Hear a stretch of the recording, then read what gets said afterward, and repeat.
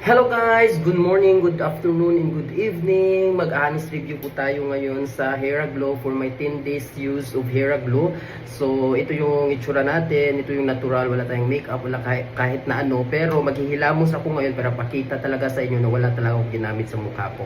So, mag-start na tayo maghilamos para hindi mataas yung video natin.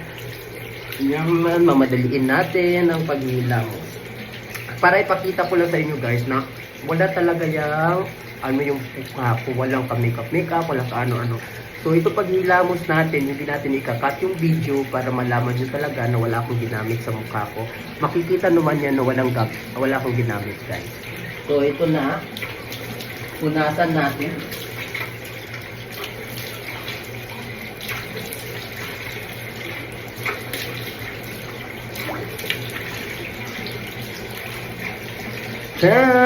Tignan nyo, di ba fresh na fresh pa rin kahit bagong hilamos o hindi naghilamos, fresh na fresh yung mukha natin. So yan, para makita nyo lang guys na walang wala yan guys. Pisil-pisilin na natin, no? So yan yung makikita nyo guys, walang wala talaga akong ginamit ngayon kasi nga mag-honest review tayo sa Hair Glow.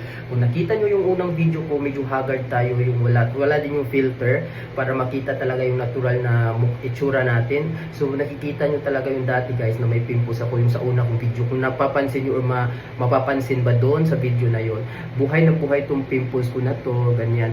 Marami akong black na itim-itim sa mukha guys kasi dahilan yan sa pimples ko dati kasi pinuputok ko. Pero nung gumamit ako ng Hair Glow, mayroon akong buhay na pimples dito. Hindi ko siya pinutok kasi titignan natin kung ano ang pwedeng gawin ng Hair Glow sa mukha natin, sa mukha ko.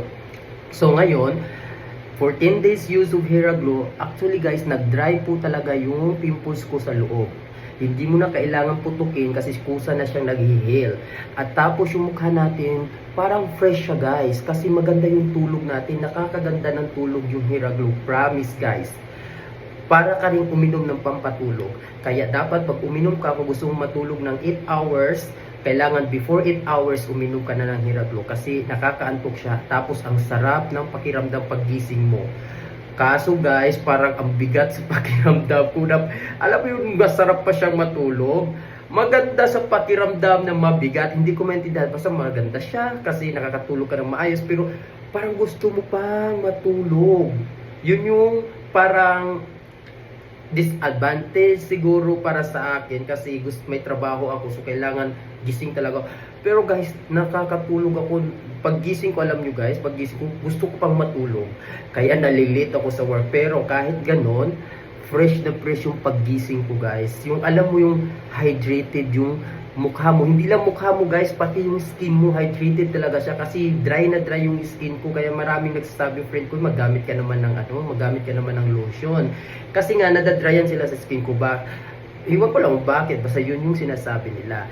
Tapos ngayon gumamit ako ng Hair Glow, talaga siya, yung hydrated ka, as in yung mukha mo, paggising mo, parang ayaw mo na maghilamos, gusto mo na pumunta agad-agad sa work.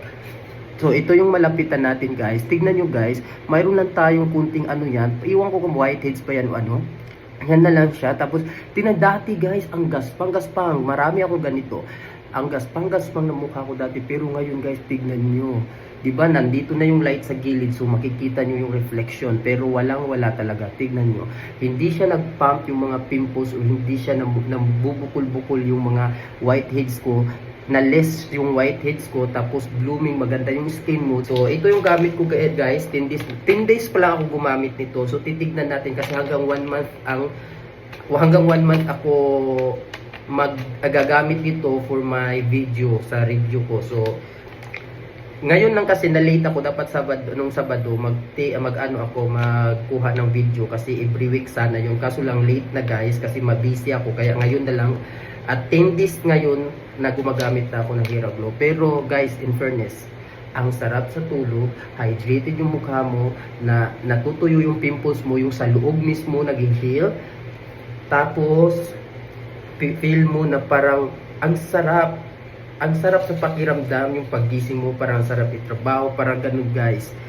Kasi nga maganda yung tulog mo, tapos gumaganda rin yung mood mo. Ito dahilan dito guys. Yun yung muna yung masishare ko about sa skin, sa pagiging blooming, tapos nadadry yung mga pimples. Totoo guys ha, honest review talaga to. Kasi maraming nakakakilala sa akin, mapimples talaga ako, kaya puno ako ng makeup. Kahit saan ako magpunta, pinupuno ko yan makeup para mawala yung mga pimples, para hindi makita. Pero nung gumamit ako ng Hera Glow guys, as in nag-list talaga siya, nag-list. Hindi man totally talaga, pero nag-list talaga siya guys. Makikita nyo yan, tignan nyo, wala siyang bukol-bukol, di ba? Yung mga itim-itim na lang, kasi pag nagka-pimples ako dati, pinuputo ko, kaya siya nangingitim. Pero nangingitim siya, pero okay na yan. Pero ngayon, tignan nyo guys, walang tumutubong whiteheads. As in, maganda siyang gamitin ang Hera Glow guys.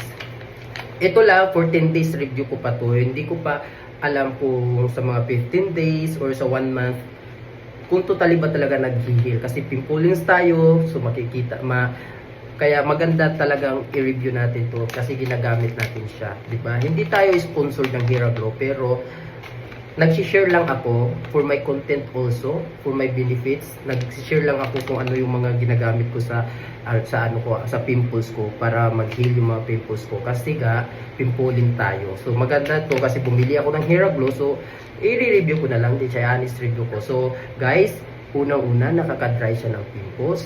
Pangalawa, maganda yung tulog mo. Pangatlo, hydrated yung skin mo. At saka pang-apat, nakakaganda siya ng mood. Maganda yung mood mo sa paggising mo, ang ganda ng mood mo. Parang go lang ng go.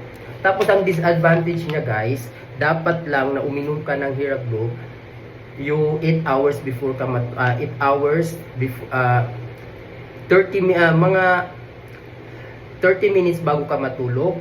Pero kung 8 hours, gusto mo matulog ng 8 hours, so dapat guys, mag-ano na kayo ng 8 hours bago kayo uminom ng Hera Glow. Kunwari, nagigising kayo ng alas 8, so dapat, nung mga 12:30 or 12, uminom na kayo nito para maganda yung gising nyo ng mga 8. Kasi kung late na mga 4 hours lang yung tulog nyo, tapos iinom kayo ng Hera Glow guys, ang bigat sa pakiramdam, gumising kasi ang sarap pang matulog.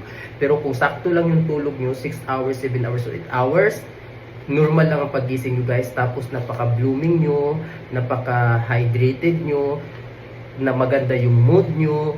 Tapos paggising mo, alam mo yung ayaw mo na maghilamos kasi ang ganda talaga, maganda talaga yung effect niya.